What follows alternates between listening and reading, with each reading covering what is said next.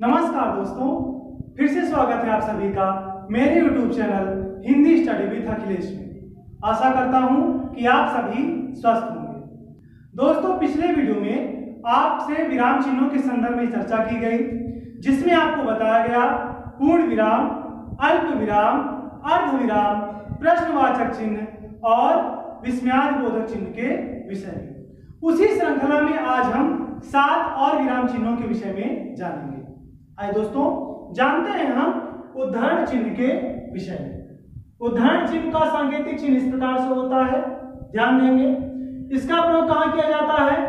वक्ता अथवा लेखक की बात ज्यों की त्यों बताने के लिए इस चिन्ह का प्रयोग किया जाता है। किसी वक्ता, लेखक या विशिष्ट व्यक्ति के द्वारा कही गई बात को प्रयुक्त करने के लिए या बताने के लिए इस चिन्ह का प्रयोग किया जाता है। जैसे स्वामी विवेकानंद जी ने कहा था कि उठो जागो और तब तक मत रुको जब तक कि लक्ष्य प्राप्त न हो जाए। यहां मैंने एक उदाहरण भी लिखा है, शास्त्री जी ने कहा था। ध्यान देंगे, ये मैंने उदाहरण चिन्ह के अंदर लिखा, क्या कहा था? जय जवान जय किसान। शास्त्री जी ने कहा था जय जवान जय किसान। तो उन्होंने जो कहा, जो का त्यों लिखा गया, किसके अंदर लिखा गया? उद्धरण चिन्ह के अंतर्गत लिखा गया। दोस्तों, उद्धरण चिन्ह के अलावा एक और उद्धरण चिन्ह होता है, उसको कहते हैं इकहरा उद्धरण चिन्ह। वो इसी के अंतर्गत आता है। इसका सांकेतिक चिन्ह इस प्रकार से होता है, ध्यान देंगे। इसका प्रयोग कहां किया जाता है? इसका प्रयोग किसी रचना या किसी उपनाम को दर्शाने के लिए किया जाता है। ध्यान देंगे, कहां होता है? किसी रचना या किसी उपनाम को दर्शाने के लिए इसका प्रयोग किया जाता है। यहां में उदाहरण भी लिखा है, जैसे तुलसीदास जी की रामचरितमानस को कौन नहीं जानता। ध्यान देंगे, उनकी रचना कौन सी है? रामचरितमानस। इसको मैंने इकहरे उद्धरण चिन्ह के अंतर्गत लिखा है। और देखते हैं, रामधारी सिंह दिनकर हिंदी के महान कवि थे। रामधारी सिंह जी का उपनाम क्या है? दिनकर। तो इसको मैंने किसके अंतर्गत लिखा? इकहरे उद्धरण चिन्ह के अंतर्गत लिखा। ठीक है दोस्तों, आइए हम जानते हैं उपविराम के विषय में। इसका सांकेतिक चिन्ह इस प्रकार से होता है। इसका प्रयोग कहां किया जाता है? उदाहरण या निम्नांकित का संकेत करने के लिए तथा नाटक के संवादों में इस चिन्ह का प्रयोग किया जाता है। कहां कहां होता है? उदाहरण या निम्नांकित का संकेत करने के लिए तथा नाटक के संवादों में चिन्ह का प्रयोग किया जाता है। उदाहरण देख लेते हैं इसका, जैसे निम्नलिखित प्रश्नों के उत्तर दीजिए। ये आपने पेपर वगैरह में देखा होगा, ऐसा लिखने के बाद उपविराम लगा रहता है। नाटक के संवाद में देख लेते हैं, दूत कहता है, क्या कहता है? महाराज की जय। दूत का नाम लिखा, इसके बाद हमने क्या लगा दिया? उपविराम। तो महाराज का उत्तर देते हैं, कहो सैनिक क्या समाचार लाए हो। महाराज ने जो कहा उसके पूर्व हमने क्या लगा दिया? उपविराम। ठीक है दोस्तों, चलिए आगे जानते हैं हम निर्देशक चिन्ह के विषय में। निर्देशक चिन्ह, इसका सांकेतिक चिन्ह होता है इस प्रकार से। इसका प्रयोग कहां किया जाता है दोस्तों? अपनी बात को स्पष्ट करने या उदाहरण देने के लिए निर्देशक चिन्ह का प्रयोग किया जाता है। ध्यान देंगे, अपनी बात को स्पष्ट करने या उदाहरण देने के लिए निर्देशक चिन्ह का प्रयोग किया जाता है। जैसे रिक्त स्थान की पूर्ति कीजिए, सही विकल्प का चयन कीजिए, एक शब्द या एक वाक्य में उत्तर दीजिए। आपने पेपर में ऐसे चिन्ह का प्रयोग अवश्य देखा होगा। चलिए दोस्तों, अब हम आगे चलते हैं। इस निर्देशक चिन्ह का प्रयोग नाटक के संवादों में भी किया जाता है। कैसे? नौकर, मालिक मैंने आपका नमक खाया है। नौकर क्या कहता है? कि मालिक मैंने आपका नमक खाया है। तो मालिक कहता है कि नमक ही खाता रहेगा तो कुछ काम भी करेगा। ध्यान देंगे, यह नौकर की बात मैंने निर्देशक चिन्ह का प्रयोग किया है और मालिक की बात दिया था। नाटक के संवादों में भी इसका प्रयोग देखने को आपको मिल सकता है। आइए दोस्तों, हम जानते हैं विवरण चिन्ह के विषय में। इसका सांकेतिक चिन्ह इस प्रकार से होता है, अर्थात पहले हम उपविराम बनाएंगे और इसके बाद क्या बना देंगे? निर्देशक चिन्ह। तो क्या बन जाएगा? विवरण चिन्ह। इसका प्रयोग कहां किया जाता है? ध्यान देंगे, किसी बात को ब्यौरेवार, ब्यौरेवार यानी विवरण के साथ ब्यौरेवार बताने के लिए इसका प्रयोग किया जाता है। जब आप किसी विषय वस्तु के बारे में विवरण के साथ बताना चाहते हैं तो किस चिन्ह का प्रयोग करेंगे? विवरण चिन्ह का। जैसे लिंग दो प्रकार के होते हैं, कौन कौन से? पुल्लिंग और स्त्रीलिंग। क्रिया दो प्रकार की होती है, सकर्मक और अकर्मक। रस 10 प्रकार के होते हैं, श्रृंगार, हास्य, करुण इत्यादि। तो ऐसी जब आप जानकारी लिखें तो किस चिन्ह का प्रयोग करेंगे? विवरण चिन्ह का। ध्यान रखिएगा इस बात को, ठीक है दोस्तों। आइए हम जानते हैं योजक चिन्ह के विषय में। योजक चिन्ह, इस चिन्ह का प्रयोग प्रमुख रूप से निम्न रूपों में होता है। इसके प्रयोग के निम्न रूप हैं। इसका सांकेतिक चिन्ह इस प्रकार से होता है। आइए इसके प्रयोग के रूपों को देखते हैं। पहला है शब्दों के युग्म के बीच में, शब्दों के युग्म के बीच में। ध्यान पूर्वक सुनिएगा, अन्यथा समझ में नहीं आएगा। कहा पहला क्या है? शब्दों के युग्मों के बीच में। जैसे घर घर, फूल फूल, तीन तीन, एक एक, चार चार, खेत खेत, ऐसे जो शब्द होते हैं इनके युग्मों के बीच में योजक चिन्ह का प्रयोग किया जाता है। यह पहली स्थिति है। दूसरी स्थिति, और के अर्थ में। किसके अर्थ में? और के अर्थ में। कुछ विशेष परिस्थितियों में और के अर्थ में योजक चिन्ह का प्रयोग किया जाता है। जैसे माता पिता, यहां होना क्या चाहिए? माता और पिता। तो और न लगा करके हमने योजक चिन्ह लगा दिया। जय पराजय, जय और पराजय, तो और ना लिख करके हमने क्या लगा दिया?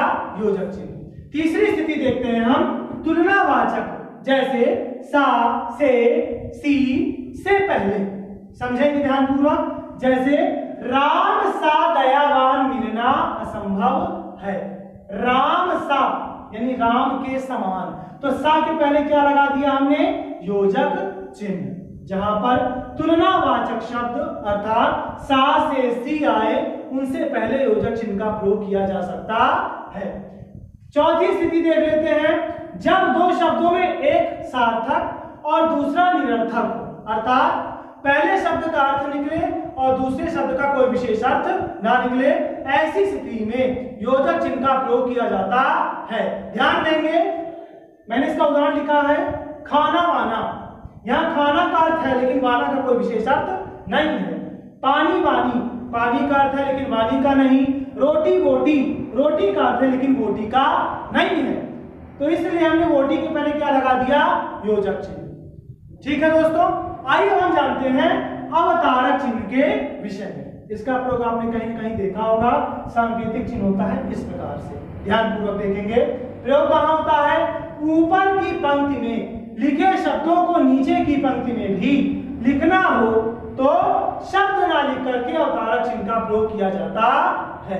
ऊपर की पंक्ति में लिखे शब्दों को नीचे की पंक्ति में भी लिखना हो तो शब्द ना लिख करके अवतारक चिन्ह का प्रयोग किया जाता है। यहां मैंने बहुत अच्छा सा उदाहरण लिखा है। क्या उदाहरण है? श्रीमान राम जी। अब इसी प्रकार से हमको लिखते जाना है, श्रीमान श्याम जी, श्रीमान जो भी हो। तो श्रीमान राम जी हमने लिखा, अब श्रीमान श्याम जी भी लिखना था तो श्रीमान ना लिख करके हमने क्या लगा दिया? अवतारक चिन्ह। ऐसा प्रयोग आपने कई जगह पुस्तकों में भी देखा होगा। आइए हम जानते हैं संक्षेप सूचक चिन्ह के विषय में। दोस्तों, संक्षेप सूचक को लाघव चिन्ह भी कहा जाता है। इसे इस प्रकार से दर्शाते हैं बिंदु के द्वारा। कहीं कहीं इसके स्थान पर शून्य भी लगाया जाता है, अर्थात शून्य का भी प्रयोग किया जाता है लाघव चिन्ह के रूप में और बिंदु का भी प्रयोग किया जाता है। दोनों का प्रयोग किया जाता है। कहां होता है इसका प्रयोग? ध्यान रखेंगे, किसी बड़े शब्द को संक्षेप में लिखने के लिए उस शब्द का प्रथम अक्षर लिखकर, ध्यान देंगे, किसी बड़े शब्द को संक्षेप में लिखने के लिए उस शब्द के प्रथम अक्षर को लिखकर उसके आगे शून्य या बिंदु लगा देते हैं। उसके आगे क्या लगा देते हैं? शून्य या बिंदु। बड़े अक्षर को संक्षेप में लिखने के लिए उसके प्रथम अक्षर को लिख करके यानी वर्ण को लिख करके उसके आगे शून्य या बिंदु लगा देते हैं। उदाहरण देख लेते हैं, जैसे डॉक्टर, इसको आप कैसे लिखते हैं? डा। पंडित, पन। प्रोफेसर, प्रो, इसके बाद क्या लगा देते हैं हम? शून्य बना देते हैं या बिंदु लगा देते हैं। ठीक है दोस्तों, आइए हम जानते हैं कोष्ठक के विषय में। इसका सांकेतिक चिन्ह होता है इस प्रकार से। प्रयोग कब होता है इसका? जब किसी पद या वाक्यांश के अर्थ को, जब किसी पद या वाक्यांश के अर्थ को उसी वाक्य के भीतर स्पष्ट करने की आवश्यकता समझी जाती है, उसी वाक्य के भीतर स्पष्ट करने की आवश्यकता समझी जाती है, तब कोष्ठक का प्रयोग किया जाता है। जब किसी पद या वाक्यांश के अर्थ को उसी वाक्य के भीतर स्पष्ट करने की आवश्यकता समझी जाती है, तब कोष्ठक का प्रयोग किया जाता है। जैसे यहां पर मैंने बहुत अच्छा उदाहरण दिया है, राहुल दूरदर्शी है। ध्यान देंगे, राहुल दूरदर्शी है। यहां पर दूरदर्शी इस शब्द के अर्थ को हमने कोष्ठक के अंदर लिख दिया है। क्या लिखा है? दूर की सोच रखने वाला। आशा है कि आपको समझ में आ रहा होगा। आगे देखते हैं, इसका प्रयोग क्रम सूचक अंकों अथवा अक्षरों के साथ भी किया जाता है। क्रम सूचक अंकों या अक्षरों के साथ भी इसका प्रयोग किया जाता है। आपने कई जगह देखा भी होगा, जैसे 1 2 3 इसको हमने कोष्ठक के अंदर लिखा है, या का खा गा आ। 1 2 3 या का खा गा आ। इस प्रकार से भी कोष्ठक का प्रयोग किया जाता है। आइए हम देखते हैं त्रुटिपूरक चिन्ह के विषय में। त्रुटिपूरक चिन्ह का सांकेतिक चिन्ह इस प्रकार से होता है। यह बहुत महत्वपूर्ण विराम चिन्ह है। इसका प्रयोग कहां किया जाता है? जहां कुछ लिखने से छूट जाता है।